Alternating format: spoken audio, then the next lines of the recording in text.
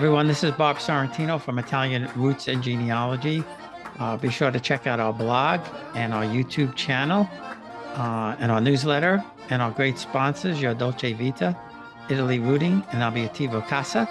And today I have a very interesting guest who's done a lot of research on the Antonati. Also wrote a book about beginning your research, Katherine Pennavaria. So welcome, Katherine. Thanks for being here. Thanks, Bob. Thanks for having me. Excited to talk to you today. Yeah, and I can't wait to get into some of the unusual things you found on the Italian records. But before we do that, what's your background? Where is your family from in Italy? Well, my personal background is I'm a professional academic researcher. I've been a librarian and faculty member of universities for 20, going on 25 years. My family background, my father's grandparents were from southern Italy, Sicily, and then also just the southern part of the boot. Yeah, so what got you started, really looking into the family and doing the research? Well, I was visiting my dad over Christmas in 2009, and he decided to show me some pictures from his family that he had just found in an old closet. And I just got the feeling like, yeah, I'd really like to do this as my Christmas break project, put my dad's family tree together. So here I am, like 14 years later, 15 years later, still doing that Christmas break project. And you had never seen these photos before? No, in fact, I didn't know that much about his family. My dad's not a big talker, and we spent most of the time with my mom's family. But there were pictures of his grandparents and some cousins, and it was all kind of new to me. And I just thought it would be an interesting project to start researching it. But once I got started, well, I don't have to tell you guys what that's like. I was utterly fascinated by it, especially when I got past the US records and started dealing with the Italian records. Then, I was hooked big time. I've never stopped being fascinated by them since then. Yeah, and most people know, I think, we have Napoleon to thank for the Italian records, because before then there weren't any. Oh no, there are. They're just church ones in Latin. They have for where my dad's one of his grandfathers is from Potenza in Potenza province in Basilicata province region. Sorry, he it goes back into the 1600s. I have records for his grandfather's line, Rocco Lacera. Of Lacera's going back into the early 1600s. So yeah, they're there. You just have to teach yourself to learn to read the Latin. Yeah, and you're right. I should have clarified that the civil records go back to Napoleon, exactly. and You're right. before then it's the church records. And the church records, some people luck out and able to find it. A lot of people now, they've consolidated some of the churches and things like that, and it's very, very difficult. So you have to be lucky. But I think a lot of the old towns, they still do have those records. Mm-hmm. Yeah, and they're not in the place where they started. I mean, they've been centralized, and the Italian government has a state archive that a lot of them are available at. So, yeah, I feel very grateful to the Family History Library in Salt Lake City and the Italian government for making those available. Because I have never stopped to think much about it. Like most people, what's my sort of distant ancestry? But I really, really find something every time I start, trying to figure one branch out. Yeah, but I didn't really get that interested in the genealogy stuff until, I was already a researcher. I was already a librarian and a college professor. So that kind of work was familiar to me. Just the subject was new to me, my Christmas break project. And I actually discovered things about my dad's family that he did not know, and a few things he still does not know. So I hope he's not listening to this, because I'm not telling him. He's 89 now. Yeah, I started doing this. My dad passed away when he was 74, and I started doing this after, but he would have been amazed by the stuff. But a lot of things I found really important stuff that nobody ever mentioned. Now, how about your mother? What's her background? Croatian, Slovak, and German. So yeah, And now that's a whole. What? no, have you researched her side too? Oh yeah. I've done all of the research on both sides. Both my parents' ancestry, and worked with the original records. I taught myself to read Slovak and Croatian, just like I taught myself to read Italian. Yeah, I mean, hobby doesn't even begin to describe it. This is basically my other life. Besides, I work, I play golf, and I do this. Uh, yeah, I play golf very, very badly. And my father was my father was like, uh I guess he had like a 6 or 7 handicap, and I just, what it is, I think with golf, you have to have patience. It's a lot of it's mental, and I don't have that. Well, it's just like with genealogy. You have to have a lot of patience. And the thing is about that other research, I was glad to get access to the records that I did, but it's nothing compared to the Italian civil records. I mean, the ones in Croatia and Slovakia are all church records, very minimal, and you wish there was more, but the Italian ones, by contrast, are just unbelievably detailed and standardized, and I love them. Yeah, and I found that with some of the German records, it's like an entry in a book, but Mm-hmm. it doesn't really give you a whole lot of stuff. Mm-hmm. With like the Italian records, they even mention the grandparents sometimes, and then things like that. The older ones. Mm-hmm. Mm-hmm. Now, just out of curiosity, have you done a DNA test at all? Have I what? Have you done DNA test?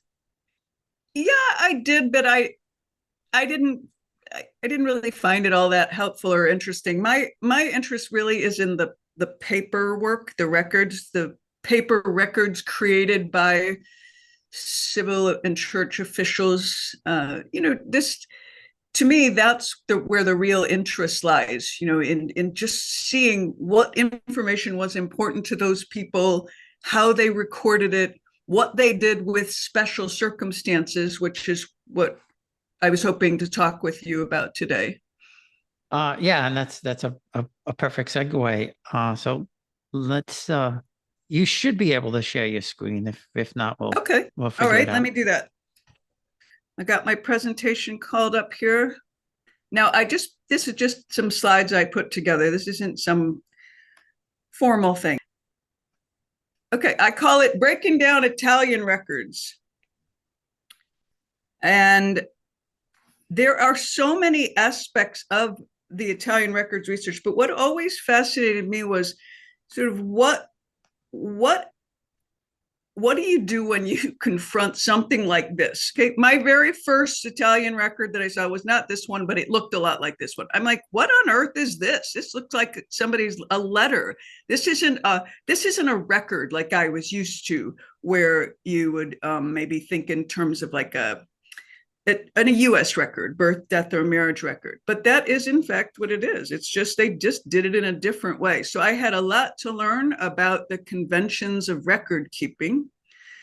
So I had to learn that the usual info was divided, as we discussed earlier, into the civil records that start in 1809, the Napoleonic style, that those wonderful standardized records. Those tell you the date and time and place the record was created. Of course, that's not the same as the day of the event, which I had to learn the hard way. And then the identity of the person who reported the event, and the way that they phrase that. They say that this guy appeared on this day at this time, this guy appeared before me, and he said that. And the whole actual record, the core of it, is basically what that person said. So, oops. And so then the date and time and place of the event. So you get this whole, it's like someone speaking to you in full sentences. On this day at this time, this guy came and said that on this day and this time, this baby was born, and it's really just so dense with detail that it's incredible, especially when you compare it to the earlier church records that are available. So really, really great stuff. So I had to learn then that the bottom part was the witness testimony, which basically I learned to ignore unless it had been signed by somebody concerned in the record. So that's kind of like, that's a normal Italian civil record. So that's pretty straightforward. This person was born, these were the parents, this is who reported it, this was the name. Yeah, so just to stop you there for a second, one of the things that I found with the witnesses is often it could be another family member or a cousin or in some cases it might be a dignitary or something like that. Mm-hmm. And in some of the records, it actually says the occupation of the witness, which I always find very interesting. Mm-hmm. Oh yeah, they're definitely interesting. I tend to ignore them after I've looked to see if there are things like you just mentioned, and I just sort of move on.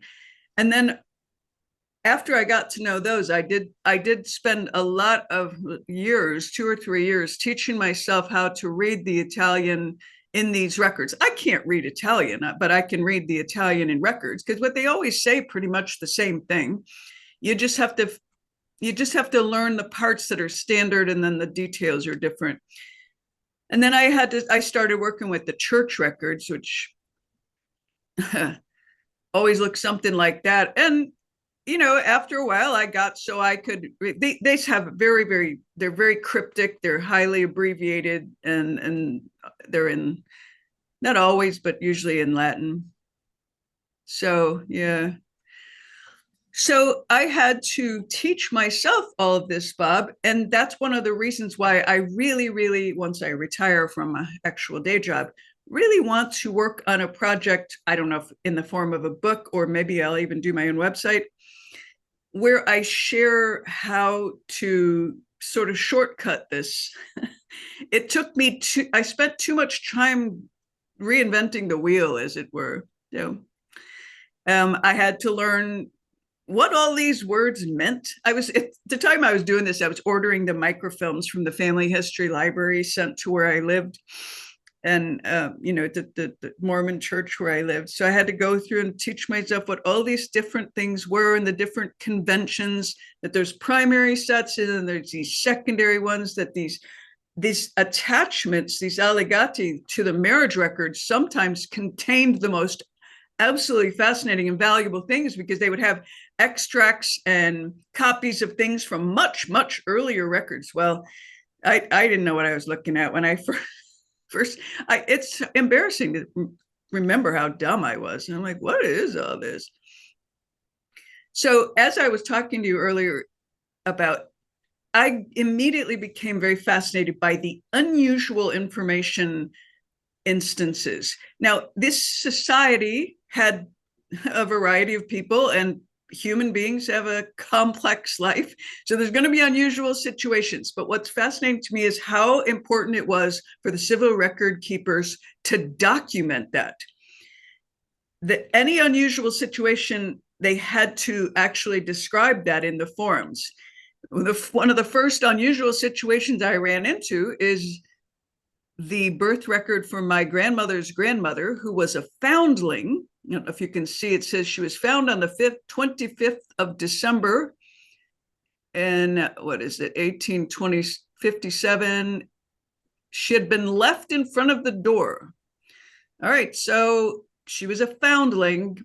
Mother was an unmarried woman who had to leave the baby at the church, basically. And this is her name down here, Tercilla Yamale.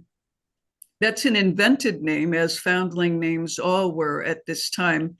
Tercilla is a sort of a fancy version of Teresa, but Yamale is an archaic Italian word that means wintry, like a wintry blast. So she was found, it was very cold when she was found. That's what I take out of that. And the clothing is described so that if later a mother wanted to claim this baby, all they'd have to do is describe these peculiar clothing here. Yeah, and in this record, the clothing is very, very descriptive. Yes, it takes up 5 lines just about the clothes. Yeah. So anyway, so the baby was brought to the midwife, and that is my dad's great grandmother, and there's no way to research her history or what her parents' names were. It's just the connection is broken right there. I also encountered in a marriage extra in a sorry, one of those additional, the allegati, the additional documents to a marriage record. I encountered this, and it says that this was a marriage record for an ancestor named Giuseppe Antonio Matucci, and it said that his father was the late natural father Eustachio Matucci. So in other words, it's got it, that word naturale in there, which I came to understand meant that he was not married to this child's mother. Further research revealed to me that this ancestor of mine, Eustachio Matucci, had 2 children with a woman he was not married to while he was married to someone else. That was like in the late 1700s. So anytime anybody wants to think that the modern era invented complicated family situations, well, you just go ahead and look at these. So I was really fascinated with how they insisted on putting this. Like, there was no way they were just going to say he was the child of the late, this person. They had to make it clear. So if you were born out of wedlock, that fact was going to follow you the rest of your life, and every record created about you, they were going to say your parents weren't married.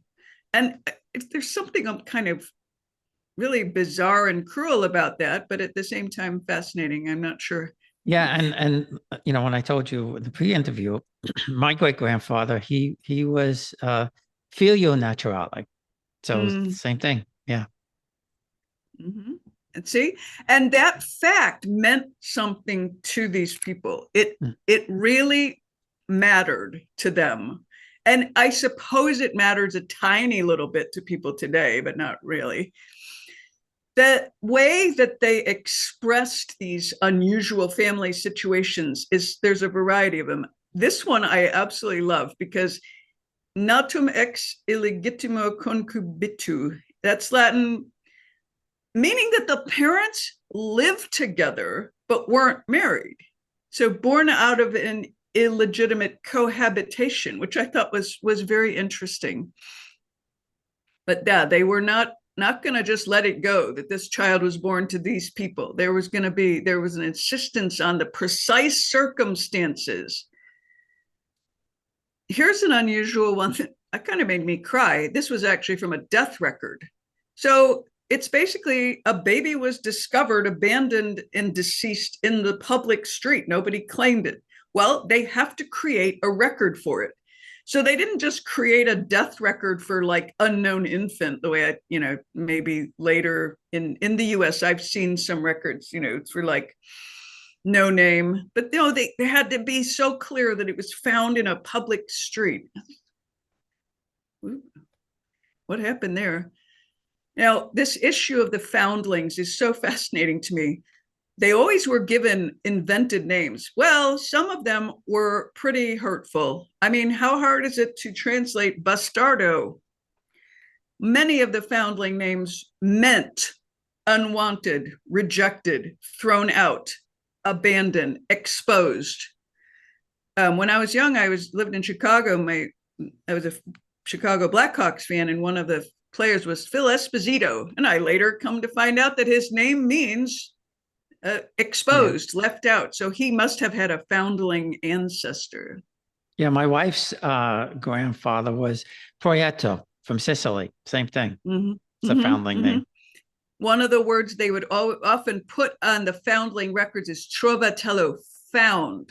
So like it was left at the church door, or was sometimes left at the midwife. And I know we've talked about this before, Bob, but there's a really fascinating cultural invention they called it the wheel. And it was various names, sometimes the golden wheel. Here they're calling it the ruota dei proietti, the wheel of the cast out ones.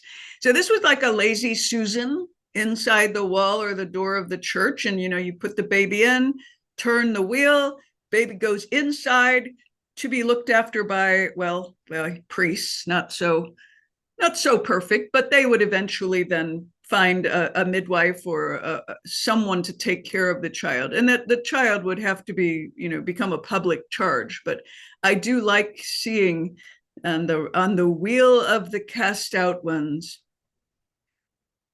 there were so many different ways they had in these records of basically saying this person has no name, incognito, that's an Italian word we have in English, ex ignotus, or just ignotus, from unknown.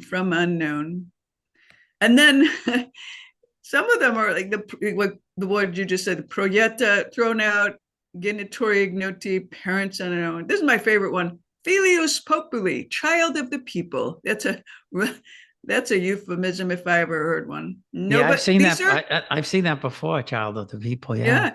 These literally are children, babies that have no name. I mean, we don't really. Children born out of wedlock today usually take their mother's name.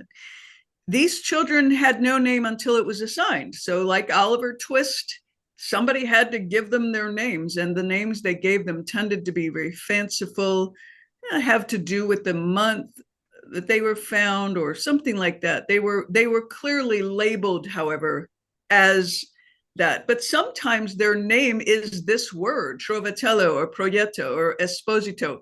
It's just, wow. So anyway, one of the things I found, Bob, was that gypsies didn't get last names either. Their names were all first name and then the Italian word for gypsy, as if that's all you need.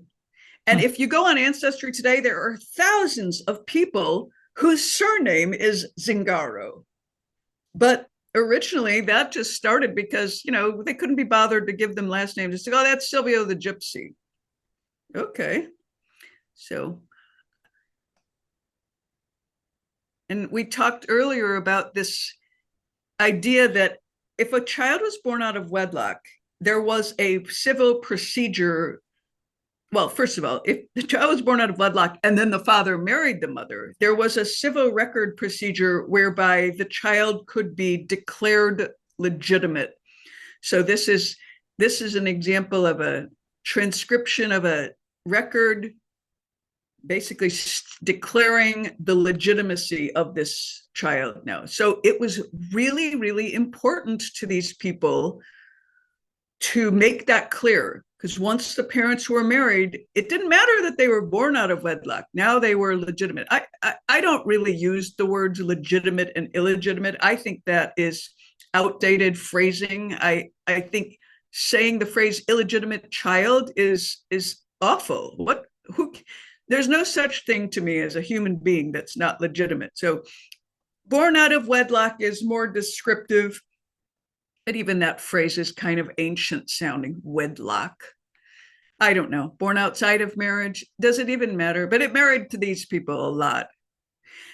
I absolutely love this one. So we have the death of, this is a death record. So the death of Mariana La Rocca, di padre ignoto, of unknown father, and Maria La Rocca, prostituta.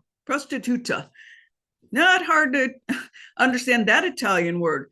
But the thing about it, Bob, is they give it this word as if it's her occupation, like the way you would say like farmer or, artisan, sheep herder, prostituto. Now that brings up to me the issue of, oh, wait, did they just accept it as the fact that if someone was a prostitute, that was just their job? Was this somehow built into the culture? These are all questions that the records raise for me, which I would like to understand, but do not at present.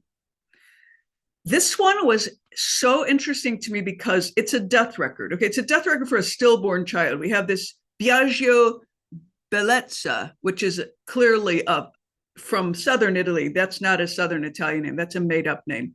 And he was born senza vita, without life.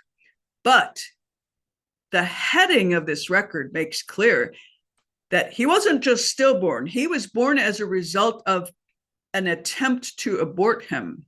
So the Italian civil record creators had to document them. Now, this would have been probably a crime. So they're describing something that was illegal. So I think that's the only time I ever saw that one. And moving on from like births, deaths, and marriages, if an Italian guy thought he could just abandon his home, his wife and kids and get away with it, oh no, those civil record keepers were going to make a declaration in the civil records for the place that this person has now abandoned his home. So, you just can't leave. I don't know. This is why they felt they had to do this, but it may be by having the city official declare this, maybe protected the wife and children from being blamed for the fact that the husband was no longer around. This was one from my family. I missed this at first, but then I saw that this is from Potenza, but then I saw that the words di matera were in there. So from a different place from where this was created, they just sort of stuck that in there. I think the civil records make it more clear when someone doesn't come from the place. If they do, they say from this place, or they say from somewhere else. But this one, those words, it's like you can't ignore any words in these church records. They're so dense and cryptic that each little bit means something. And then some manuscript marks I found really fascinating, which I'd love to research. What are you drawing all over things? Oh, and this was the thing I talked to you about earlier, the different ways of correcting mistakes. We would just put a line through it or scribble it out. They had several different ways of doing it that don't immediately leap out at you.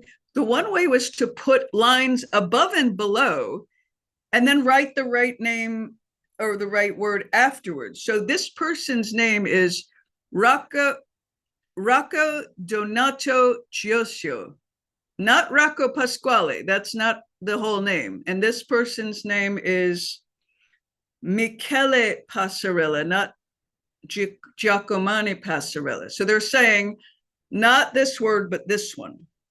I did not realize at first that's what that meant. And then they also would sometimes just put this Italian word dico, which like I say, or basically I meant to say, and then they put the correct name.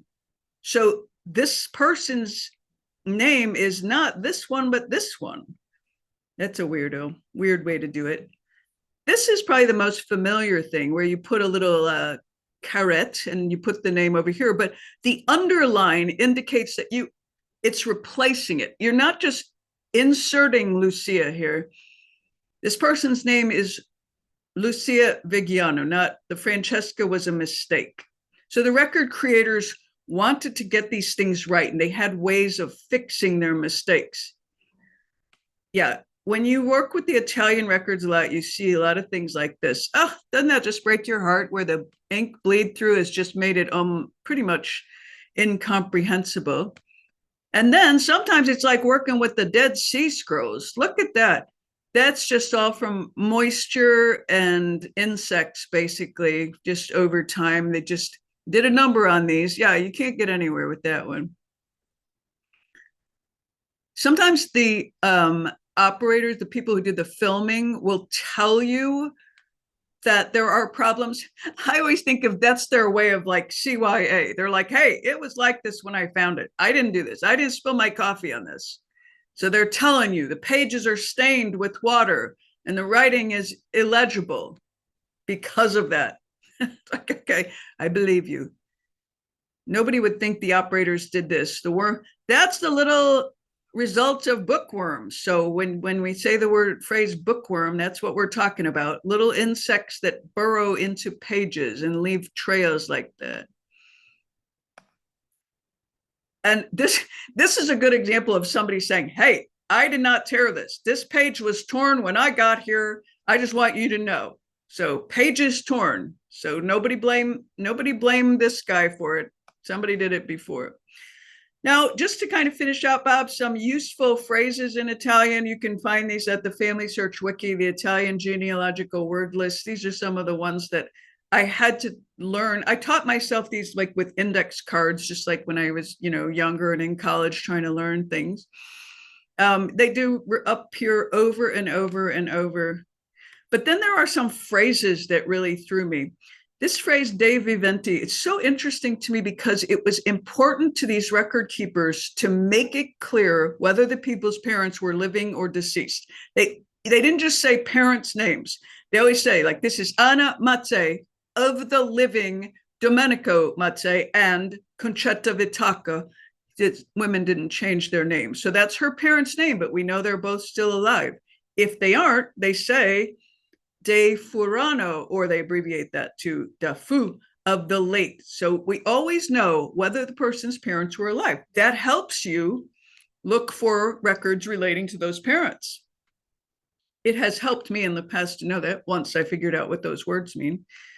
For a long time, I puzzled over what this detto meant, but then of course it just means what I just said. And then sometimes they abbreviate it. Like, what? Looking at that, you don't immediately understand what that is. It's an abbreviation of detto. And then they also use the Latin ibidem or id or ib, like that. It's an abbreviation, just means the same as above. And I think we were talking about this, the words for like grandparents. They didn't just say grandparents or grandfather. They told you whether it was related to the mother or father. So it's the paternal grandfather is the avo paterno. They also had a need to, I love the Italian civil records because they had to pin down the times precisely. And it really bothered them not to be able to. They're always like yesterday, today, the last month. But this, some time ago, I'm sure it killed them not to be able to say it more precisely. And then sometimes they'll say that this information is being reported, and they'll say that these people claimed this. And there's kind of a hint that we're not quite sure we believe them, but that's what they said, so we're writing it down. And some abbreviations, quandam, the late questo, this. Look at that. It looks like a 2 with a 0, but it's a Q with a little O. And the abbreviation for sudetto, as above. All of these took me a long time, Bob, to understand what I was looking at and what they meant. And said they would refer within the record to things that had been stated earlier and not repeat the information. But we now come to the one thing which I misunderstood for years, and that I had all my dates wrong, Bob, because it did not occur to me that Italians call September the 7th month. It's right there in the name, but I still missed it. So the 8th month is not what it would be to me, August. It's October. It's right there in the name, that I still missed it. And so the 10th month to them, right there in the name, is December. So I had all my dates wrong for a long time, and I had to go back and redo everything. So, just like I said, reinventing the wheel. The final thing I want to talk about is things to be on the lookout for. A transcription is not the same as the original record. It's a recopying of the original, so you might be able to go find the original. And an extract is not a transcription or the original. It's sort of like a summary made from the original. Sometimes, like we have in the US, delayed records, tardiva, that's the word. So if you see that word, this is talking about an event that happened long before, maybe a year or two before. There's brief versions of records, that's not the full one, so you might be able to try to find the full one. And oh, how long did it take me to figure out that that was a 5? Does that look like a 5 to you, Bob? Just like a 5, yeah. Yeah, no, it does not. So that's 56 right there.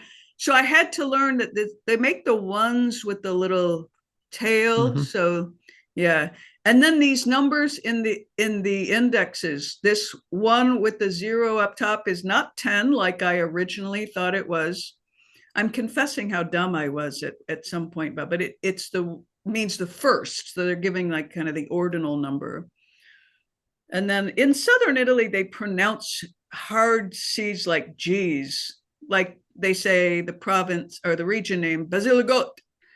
And that's why we say like Gabagot, like that. It's just this habit, but sometimes in the records, they actually write the G instead of the C, which does not mean this guy's name was Gamillo. It was really a C. And the final thing, Bob, I promise the final thing. This is Italian record keeping creeping into American records. This is from a passenger manifest. Passenger manifests were our US records. The blank forms were given to the shipping companies to be filled out there. So when people came here, they bought their tickets and gave their identification and other info and their traveling group to a shipping clerk in the place where they were, and that person spoke their language usually. So in other words, the names weren't being written down at Ellis Island, as sometimes people think. That is not what they were doing there.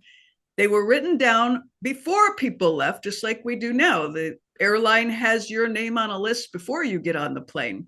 But what happened was the Italian shipping clerks were trying to identify how these people went together, because it was actually by this time federal law that that passengers had to be grouped into by family.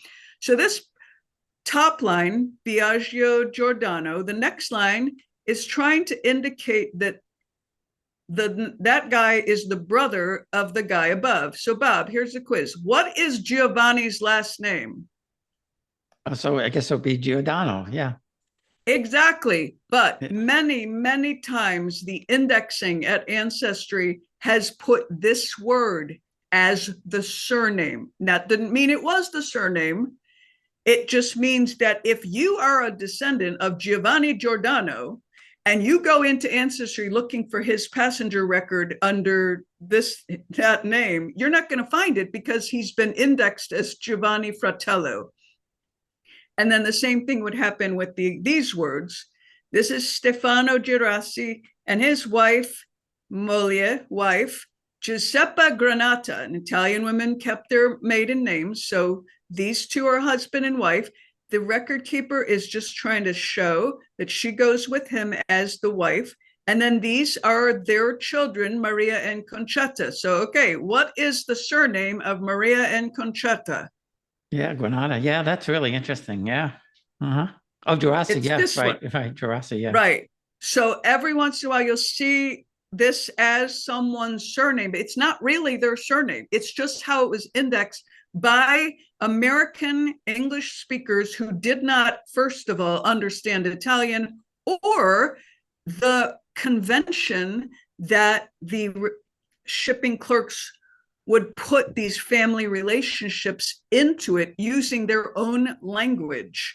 And honestly, it's very frustrating to me to encounter this, because I think, well, it made sense to them, but then what we have is a disconnect when the indexing came to be done. So anyway, well, that's all I am going to share with you. I have a zillion more examples, but I'm sure you don't want to do a 3-hour podcast. No, but that's all fascinating stuff. And we all struggle with those things, but these are things that I've encountered one or two of them. Like I said, filia naturale, which took me a long time to get somebody to explain to me and understand what that actually meant.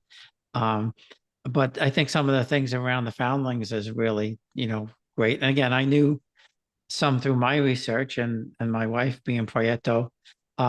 One thing, I don't know if you know this, that the only survivor from Custer's Last Stand, John Martin, Giovanni Martino, was a foundling, and he was a bugler, and he survived because Custer, or the sergeant, whoever was in charge, sent him to go tell one of the other officers what was going on.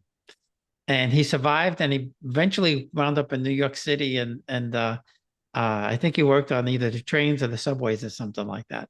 And the reason we know he's a foundling is because the documentation shows that his father wanted to claim him again at some point or meet him or whatever, and he didn't want to have anything to do with him. It was the father who left him in the wheel.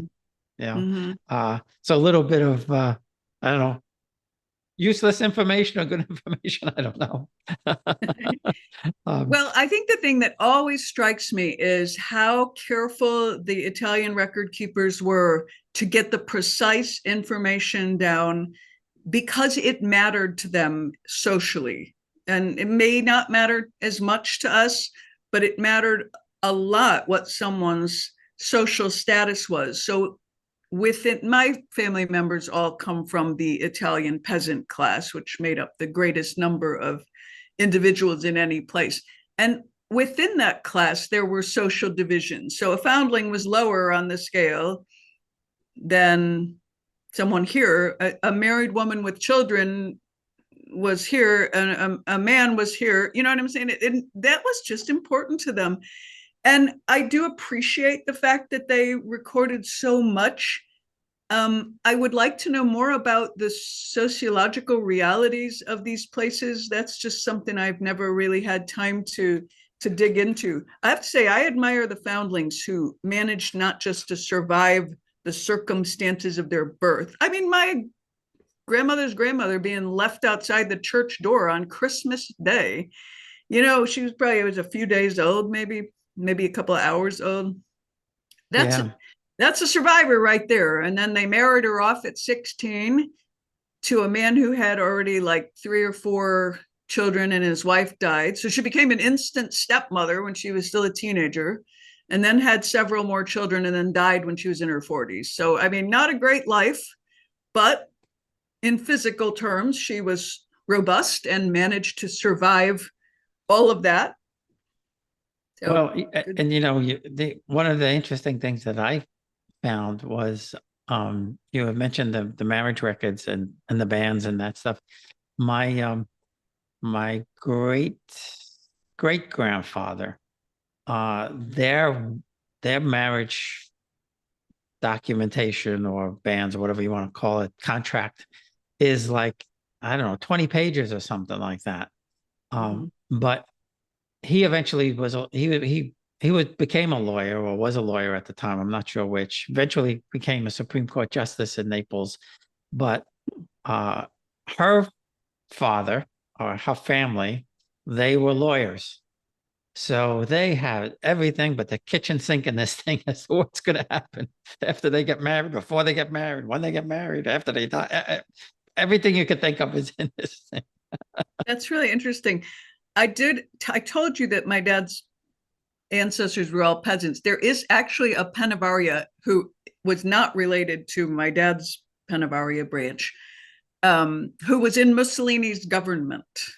So I think he even has his own Wikipedia page. His name was Filippo Pennavaria, but he came from the right around Ragusa and Syracuse in Sicily, in the southern part. He came from that branch, but the Pennavarias my dad is descended from came from the ones around Palermo. So, yeah. I mean, eventually back in time, there was somebody called Joe Spotted Feathers, and everybody comes from him. But yeah, go figure. I never really stopped to think about it, but I had a Latin class when I was an undergraduate, and my first day, my teacher said, "Pennavaria, various feathers." I was like, "Okay, is this going to be on the quiz?" Kind of. Yeah. I mean, some of my paternal grandmothers, some of her ancestors, on their occupation, it just says rich person. I wonder sometimes, like, about the development of the need to say what people were. Like, why was that important that you identified what they did for a living? Like, we don't really do that now. If I fill out a form, I don't have to put that I'm a librarian or whatever. Well, I mean, I think in their case, for the noble side, it was extremely important, I suppose. Yeah. But even my uncle that stayed behind when my grandparents came, and he raised his family there and everything. He tells the story. Now, they were farmers. They were all farmers, right, from Torito. And even in that class, there were rankings. So he Mm-hmm. wasn't allowed to marry my aunt at the beginning. They said no. And then he went in the army and he came back, and maybe they had to marry her off and he was the only suitor. I don't know the story. But when he came back from the army, they allowed him to marry my aunt. But it was very structural back then. And then now we're talking 1920s and 1930s. So Mm-hmm. And I wonder how, much of that they brought with them, whether they tried to impose that kind of social rigidity on their children, which probably had less success as the generations passed. Yeah, I think, not so much in my parents would have been 100, right? Not so much in their generation, but I think the generation before that, the ones that came in the late 1800s, early 1900s, I think they still had that because they weren't really, I think, assimilating as quickly as, the children that were born in the 20s and 30s and 40s. Certainly, my parents, your parents didn't have that. Although, in my mother's family, all my aunts and uncles were Italian except for one aunt, and my dad's family the same thing. So they were still marrying Italians through the 20s and 30s and 40s. But before we wrap it up, I wanted to tell you a funny story that has to do with my researching my dad's family history. When I was growing up, my family had a set of bocce balls, wooden ones. They looked hand turned. I mean, it was the family's prized possession. And my father always told me that his grandfather, Nunzio Pennavaria from Montemaggiore Belsito in northern Sicily, had brought them to the US when he came. I accepted that story without question well into, my 40s. And I finally, when I started doing this research, one of the little side issues, little rabbit holes I decided to go down was trying to verify that story. So I started looking into, the history of bocce, where did it start? And eventually I was able to prove, much to my dad's disappointment, that that whole story was a total lie. I mean, his grandfather's family did own them, but I found out that there was an absolute bocce craze in the United States in the 30s and 40s, and every city, including Chicago, had many, many bocce courts, and every bar and tavern had a bocce court next to it. And so that sporting goods stores were selling tons of these in the 30s and 40s. So they were importing them, but then selling them. So basically, my dad's grandparents bought them at a store. Not as much fun as thinking that Nunzio came over with them. But then, as I started to look into what were the realities for people traveling, I'm thinking, oh, they had a limit on the baggage weight and size. I'm like, these things weigh like 30 pounds. Why would anybody bring such a stupid, useless thing, no matter how much they love the game? And then I discovered it was even harder for my dad to take in that Sicilians don't even play bocce because it's too hilly, especially where Nunzio is from. It's on the side of a mountain. I'm like, Dad, there's 0 places in Montemaggiore Belsito where your grandfather could have played bocce. This is a northern Italian game that was hugely popular in the States, and your grandparents bought this at a store.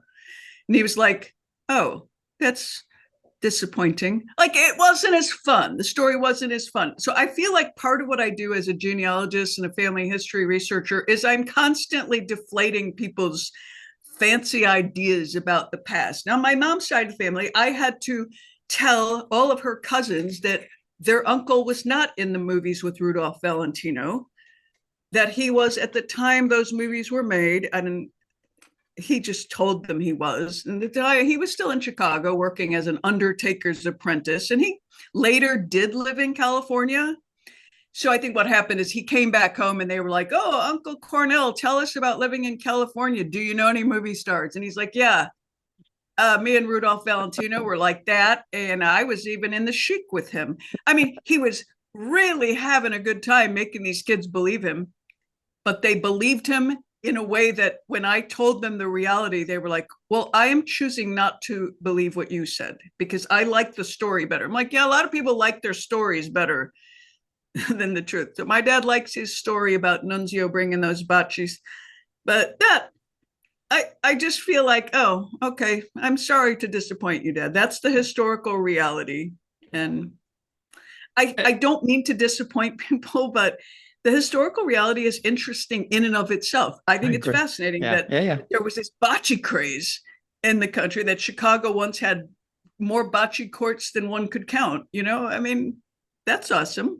Well, and you know, it's funny you mentioned that because when we were in Calabria, they have a game there that's kind of like half bocce and half bowling. You play it outside, and they set up these pins in a certain configuration, and it's got a a small little, like, handheld, small, fits in your palm of your hand thing, and we're playing that. And the other thing is, all over, they are the masters of spinning tops. And there's there was this whole competition, and they told me it's global, but there's this whole competition where you spin a top, you hold your hand out straight like this, and they put the top on top of your hand. And they time it. Actually, it was the top of your hand, and it may have been the inside, but they time this. And there's this whole competition around this. It's such a big deal. And of course we had to try it and everything. But see, I think the historical reality is always interesting in and of itself. And I have had to deflate many people's fanciful stories about their ancestors stowing away on a ship when they were 8 years old. And I'm like, no. But the fact of what they actually did, that they came when they were 16, 17, 18, that's enough. That's good enough. It's always important, I think, to recognize the reality of the people in the past as it is represented in the records, and not make them more than they were, because what they already were is pretty fantastic. I have a very positive attitude towards these immigrants. A few years ago, I had an experience, though, that showed me the flip side of it. I had some friends visiting who were from Finland, and we met in New York, and we were doing some stuff. And one of the things I convinced them to do with us is to go to Ellis Island, where I'd always wanted to go. So we went there. I'm utterly fascinated from the minute I stepped off the boat. I'm like, oh, wow. And this is where everybody walked through. And I mean, I couldn't get enough of it. The Finns lasted about 20 minutes, and they were so obviously unhappy. And I said, what's going on? They were like, we're going to leave. We don't like this place. And I mean, I was shocked. I was like, this is sacred ground here. This is where several of my direct ancestors walked right through here. That's meaningful. And they were like, yes. And so did a lot of people from our country. And it pains us to think about that our country lost so many people.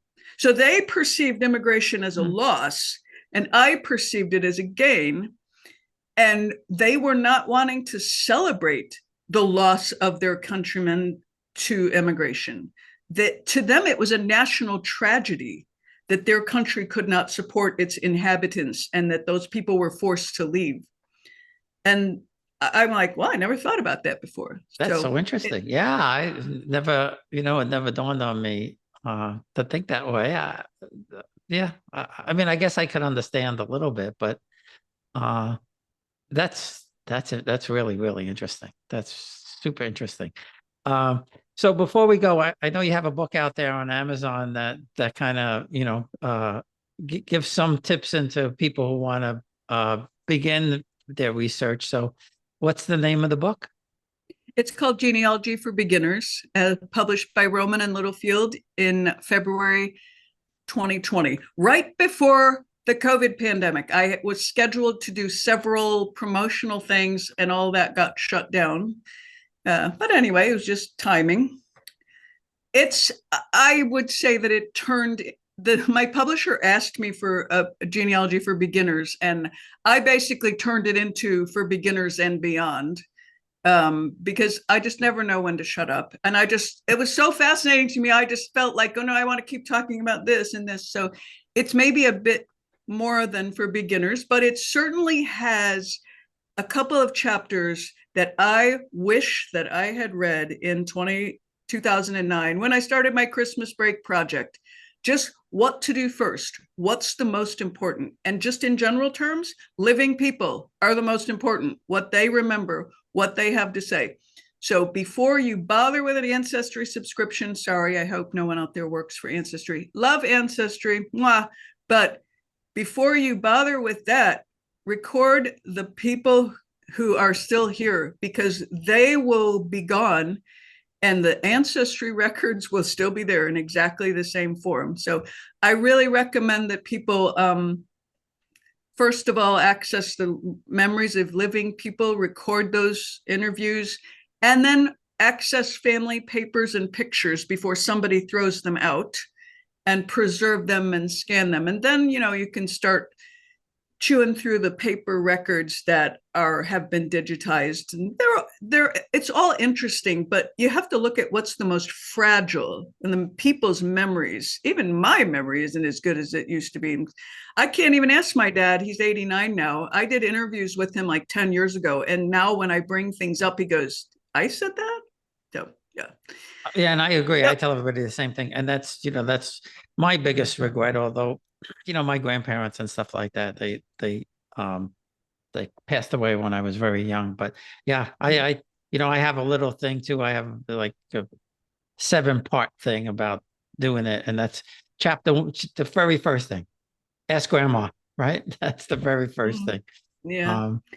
Well, it's normal, I think, for young people not to care and for older people to care when it's too late. So I did not ask any of I had 3 grandparents alive after I was born, and I didn't ask any of them ever once.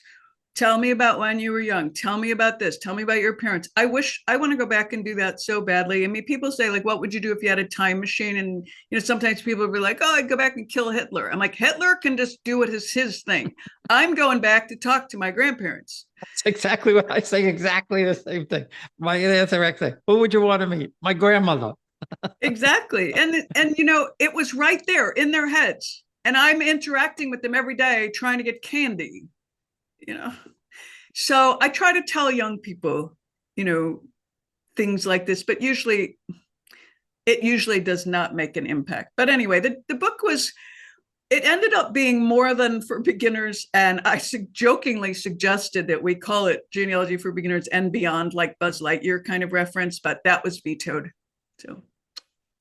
But full disclosure, I definitely, but it's not dumbed down. I tell the full story. If you want to do genealogy right, I think that's what I was aiming at.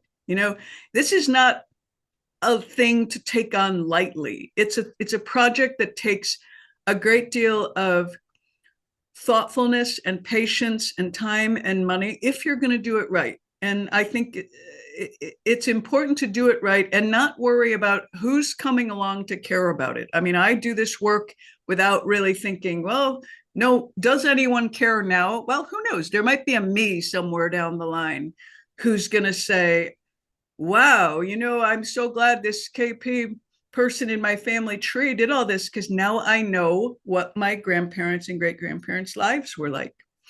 Yeah, no, I agree 100%. Well, listen, thank you very much. This has been fascinating. I think it's, the book will be great for everybody, but especially people well into doing their Italian research. Your hints and tips on the records is priceless. So I really appreciate the opportunity. It. Well, thank you for the opportunity to share, Bob. I love talking about those Italian records. And once again, I am a librarian. I'm a university librarian. I am helpful by instinct. So if any of your audience has any questions about the Italian records or needs help with a translation or something, I mean, you just shoot me an email. I'll see what I can do. All right, perfect. Thanks a lot.